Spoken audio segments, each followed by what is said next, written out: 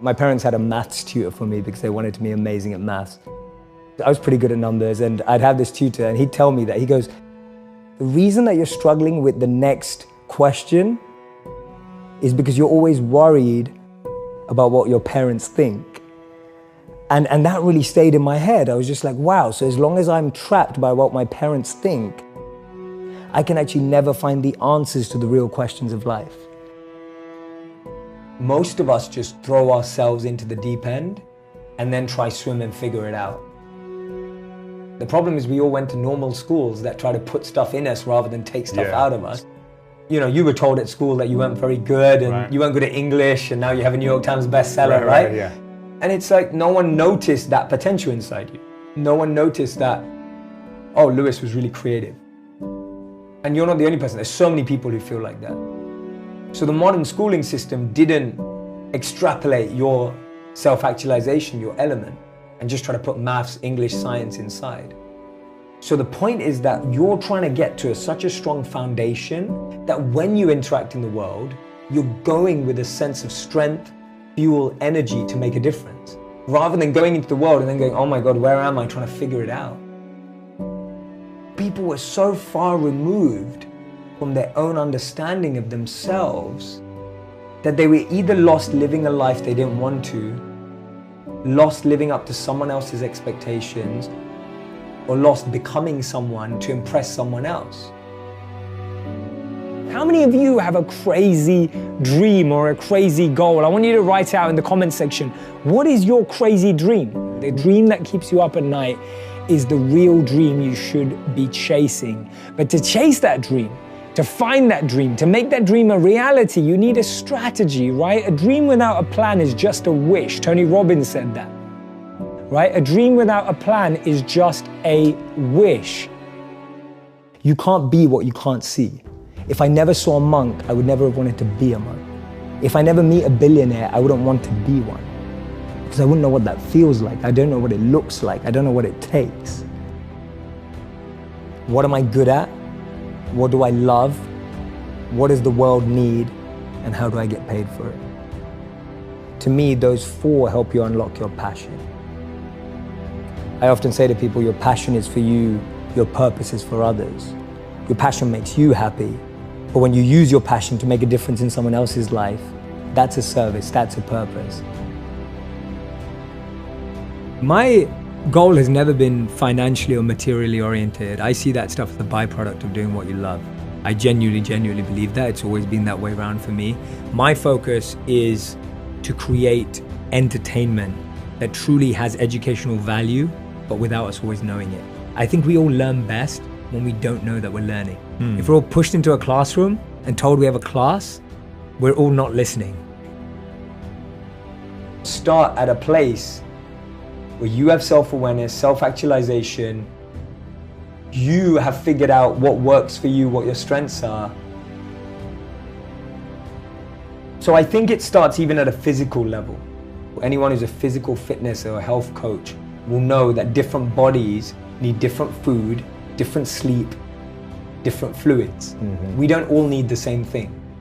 Me and you with different body types can't do the same workout. Our bodies have different tolerances in different things. That's self-awareness at the physical level. We know our limits, we know what we can do, we know what we can't do, we know what our challenge is. On a mental level, what's self-awareness? Knowing what type of people I like to be with. Knowing who helps me grow and who drains me. That's mental self-awareness. I believe that the answers come from within, and we're not asking the right questions. I feel we're always looking for the right answers, not the right questions. And the biggest companies that we respect today, the biggest organizations, all came from trying to answer a question. It all came from trying to solve a problem or a question that we were able to identify.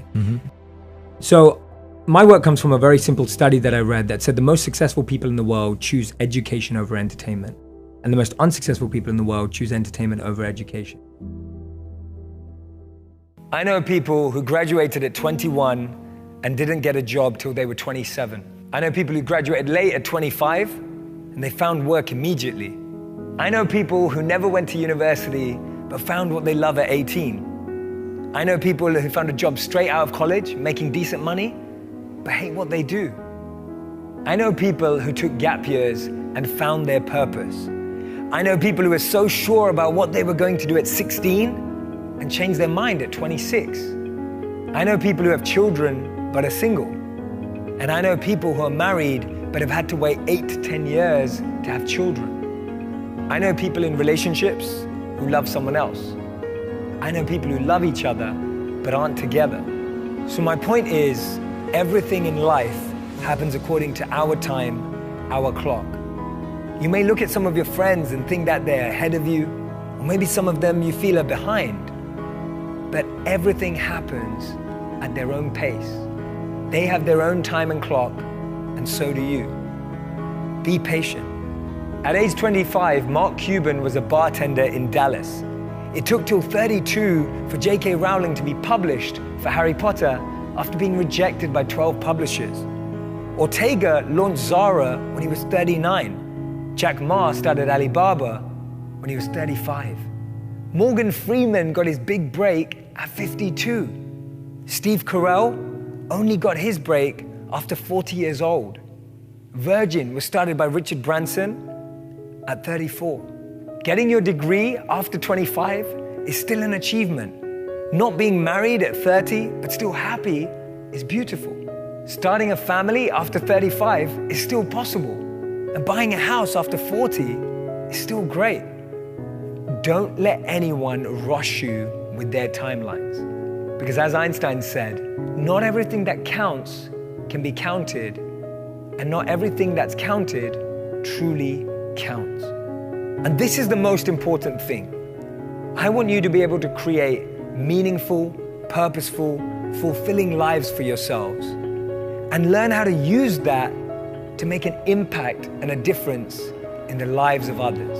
That will be true success.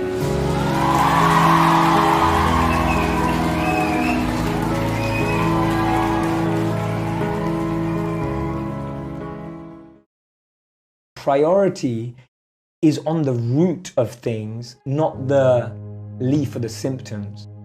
You're not dealing with your challenges at symptomatic level.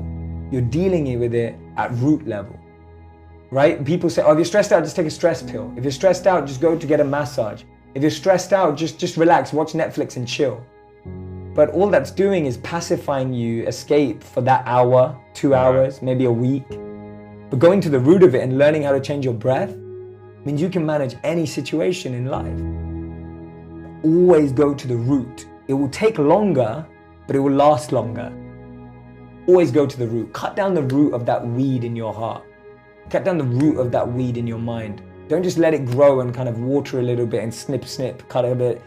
Just really go to the root and just knock it out. Get rid of it. Get a big axe and cut it down. The biggest weeds that we all get is on our intention. So when I say intention, I mean my current intention is to use everything I've been given, everything that I have, in the service of others. But every day that intention, which is a beautiful little plant that's growing, gets weeds around it. No, do it for the money. Just do it for the fame, do it for the followers, do it for this. All these weeds are like going around my real intention every day. Every day. That's a weed. A weed is the intention that you don't want. And the problem is, sometimes you've let it grow so much, the weed looks like the plant. And you start believing it's the same thing. I've always had friends who are older than me. And I could see a lot of them in the most successful careers, successful jobs, beautiful partners, whatever it was. But I saw a sense of lack of fulfillment, meaning, and purpose in their lives. And I've always been an observer, and I would see these people who are like 5 years older than me, 7 years older than me, maybe 10 years older than me. And I'd be watching them and go, is that the life I want? And often the advice I give to people today is fast forward where you are, look at yourself in 10, 15, 20 years' time, and ask yourself the question, is that where I want to be? I think it's Thomas Edison who says, when you feel you've exhausted every option, remember you haven't. And Einstein said, if you judge a fish by its ability to climb a tree, it will spend its whole life believing that it's stupid. And too many of us are fish trying to climb a tree. Too many of us are monkeys being taught how to swim. Too many of us are lions being taught to live like cats. We're not getting to live in our element. Live in that element that you've naturally been given. Don't try adopt another. You know, we've all got a special genius inside of us.